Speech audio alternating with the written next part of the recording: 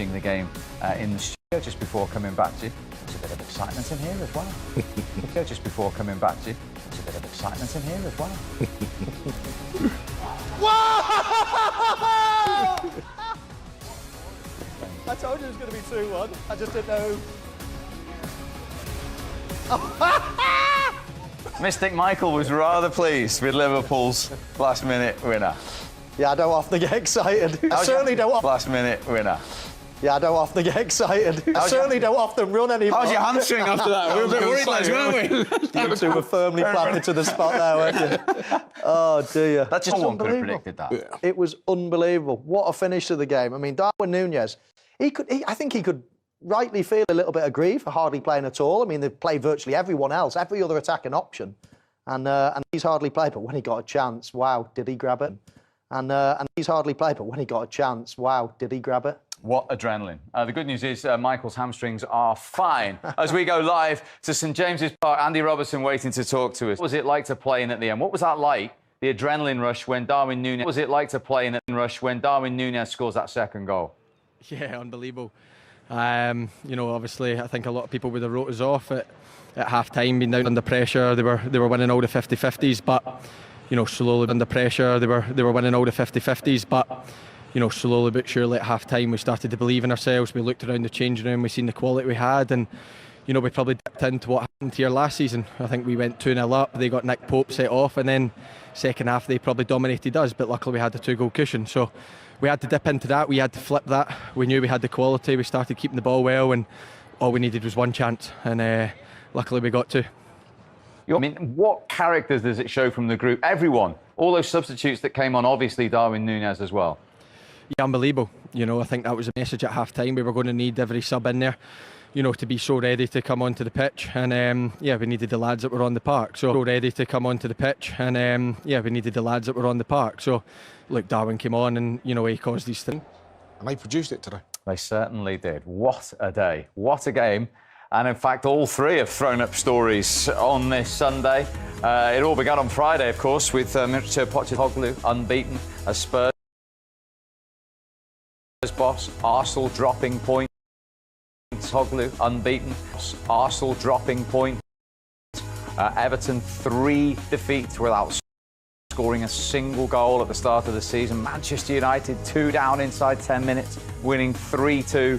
And West Ham unbeaten, ending Brighton's start after those 2 4-goal shows for Roberto De Zerbi. Then today, Aston Villa winning again 3-1 at Burnley. Manchester City were pegged back to 1-1, 88th minute. Newcastle 1 up, Liverpool 68 minutes with 10. Newcastle 1 up, Liverpool 68 minutes with 10 men.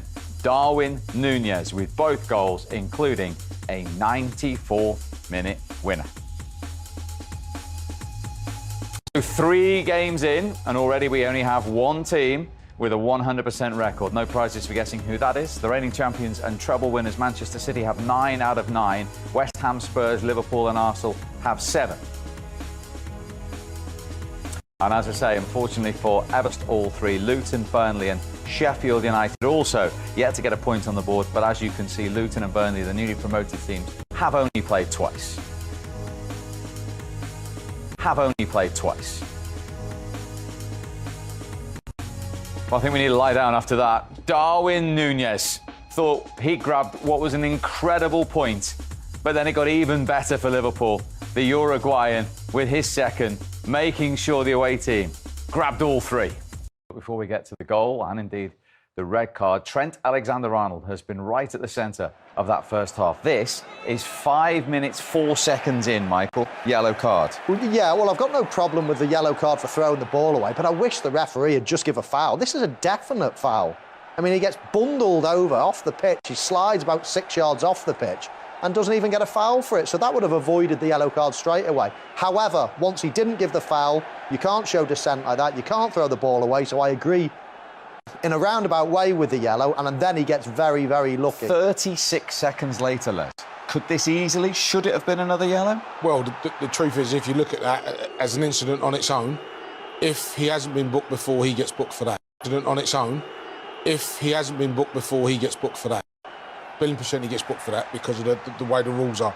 He's knocked the ball past him and he's just taken him out. OK, Gordon's gone down easy, but I think he... with it. As I say, if the ref did the job in the first place, he wouldn't have even had a yellow card. But that is a yellow card. I think he's very lucky to be on the pitch. OK, then he was involved, again, getting that pass from Mo Salah for Anthony Gordon's goal.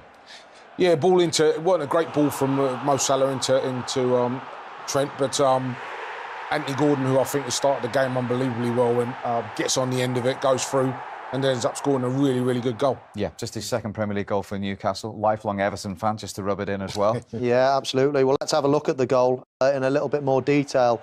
You know, I think Mo Salah here, he doesn't give him the best of balls, does he, Les? I think Mo Salah here, he doesn't give him the best of balls, does he, Les? Yeah. On his left foot as well. On his left foot, but it's obviously just a bad touch, isn't it? Yeah. And then he's quite fortunate because he tugs his shirt there, but he doesn't manage to stop him. Because if he does tug his shirt and it stops him, he goes off as well. So, I just want to stop it here, Hitch, but if Gordon goes down here, look at that. I mean, he's got a full grab of the shirt. Gordon, he's got a full grab of the shirt. Gordon decides to stay on his feet, and it was the right decision, Steve, because he runs through and he knocks it away. I'm not sure whether he meant to hit it through his legs, and it's 1-0 to Newcastle. 50,000 Geordies don't care whether... Legs, and it's 1-0 to Newcastle. 50,000 Geordies don't care whether he did or he didn't. Newcastle 1-0 in front. Right, then 27 minutes in, the huge talking point of this first half. What was your initial reading of this, Les? My initial reading was it's a foul, and you heard me shout straight away, if it's a foul, it's a sending off. Because for me, if that goes through, after that, he's in on goal. He's shooting against the goalkeeper, so it's a goal-scoring opportunity. And now we've seen it. For me, I think the referee made the right decision. Are you in total agreement? Yeah, if you break it down into two things, is it a foul? Well, when you look at it, yes, we'll have a look at it now. And then you've got to say, right, well, if it's a foul, is it a goal-scoring opportunity? Is he the last man? And the answer is yes again. So, yeah, so you end up saying, well, yeah, it's probably a yellow card. A red card. Here it is in full speed. At this time, I thought, he's won the ball and he's done well.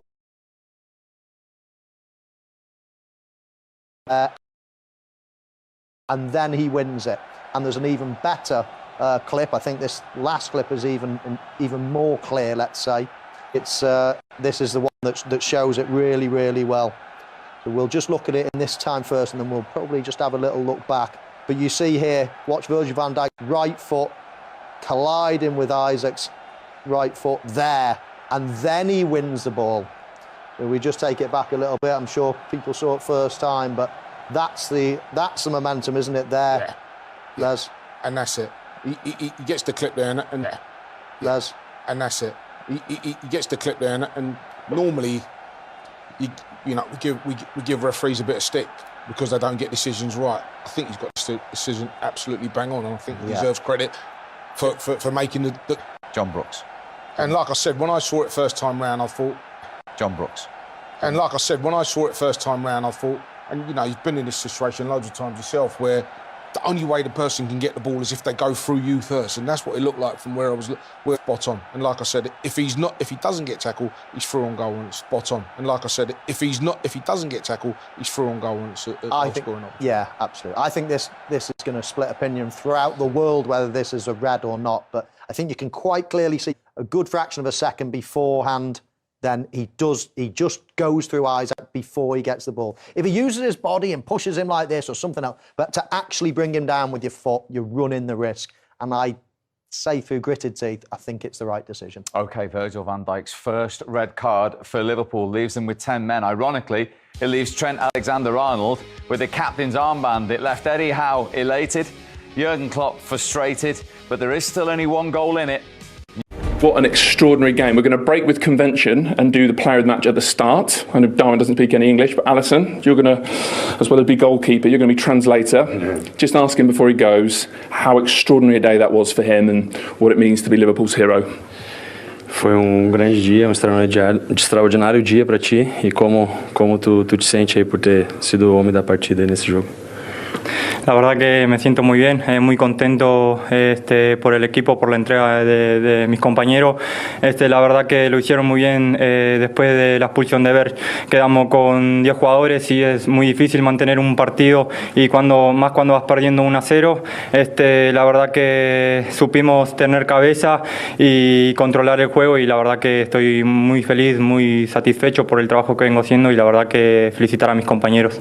Trent, going to translate for us? I'm joking. I think I can translate that. No, he said he's very happy. He say about the team. The team did a really good job after we were one last player on the pitch after Verge got the red card, and we work really hard for this kind of moments. And he said mainly that he's very happy to come in and to help the team with 2 goals, and it was a great performance from the team, and he's really happy. Tell him well done, brilliant. He's the player of the match, and Darwin can go and see the rest of his teammates. Muito bem, parabéns pela performance e o homem da partida. Bueno, muchas gracias y esto se lo dedico a mis compañeros por la entrega. Isso aí tu pode dizer em inglês. A couple of words? Thank you for support. Very good. Thank you. Trent, for a team that's done it all, even for that, I mean, what an extraordinary day. It's unbelievable, to be honest. It was something very special out there today. You come here with a game plan. Went out the window quickly. Yeah, very quickly. You come here with a game plan. You want to dictate possession, you want to control the game, you want to try and kill the atmosphere as quick as possible and as much as possible, because that's a big advantage for them. But that wasn't the case, and we've had to do it the hard way, the very hard way.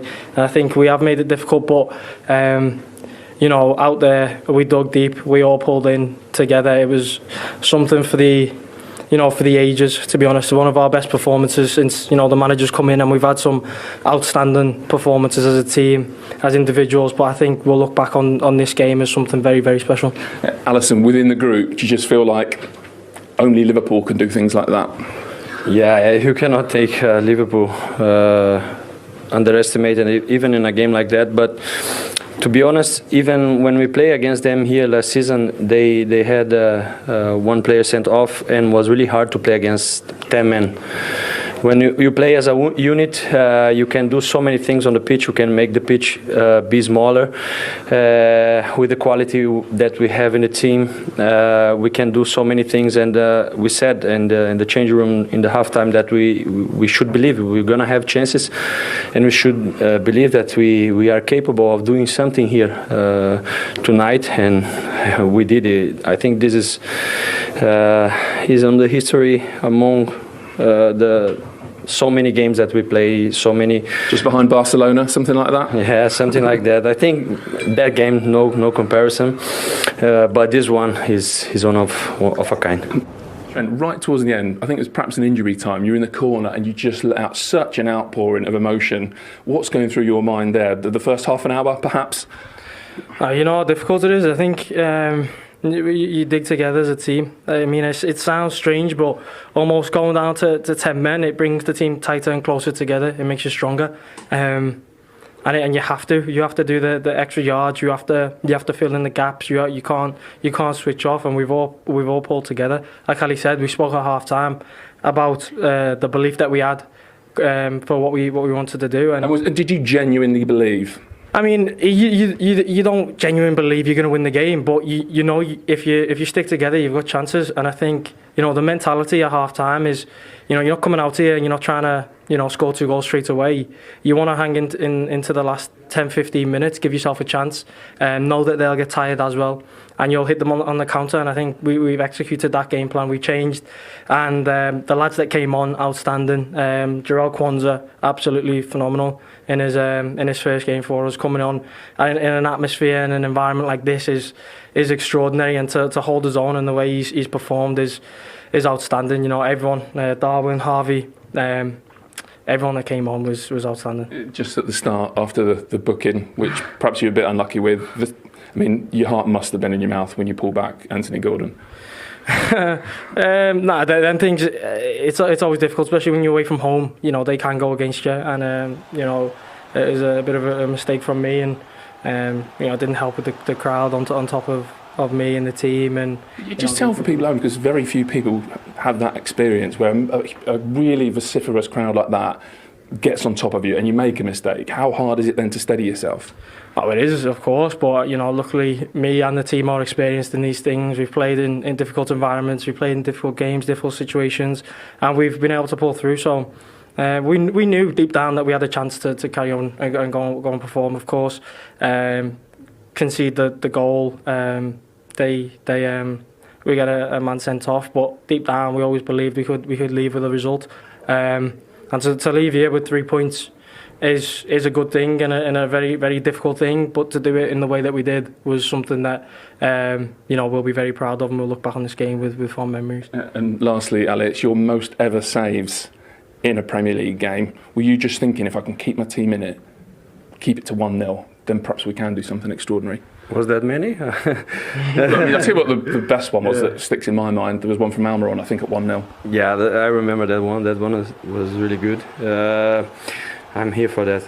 This is part of my job. I'm there to help the team, and the team is there to try to help me and to avoid them to have chances. But if they have, I always say it to the boys, somebody needs to be closer to the shot, making it more difficult to the striker or who is shooting, and making my life easier as well to read the moment. But today was about passion. Today was about believing to the end. Like coming from after the game, we played against Bournemouth as well with 30 minutes without Maka as well, showed already how good we could be with 10 men. We have to take that now forward and do that with 11 players, keep that high level, focus in every challenge, focus in every moment, and really believe that we can do something this season, something special this season with this team. So many talks around us about our feelings about the transfer window. Please don't put words in our mouth. We are together, we believe in ourselves. And we showed that here against Newcastle in a really tough place, getting the 3 points after the circumstances. So this is something that we have to use. It will be even better for us if we can use this forward now. Well done. Unbelievable. Thank you. Thank Well you. done. Thank you.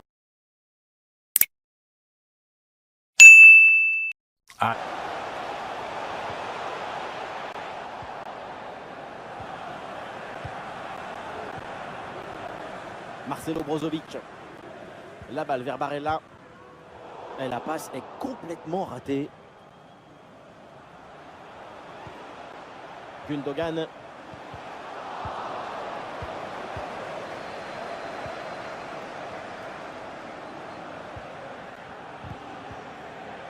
Et voilà une bonne récupération là. Et nous voilà maintenant dans la dernière demi-heure de jeu. Peut-être un bon mouvement offensif pour City. Il y avait de quoi faire sur cette action, mais pas comme ça en fait.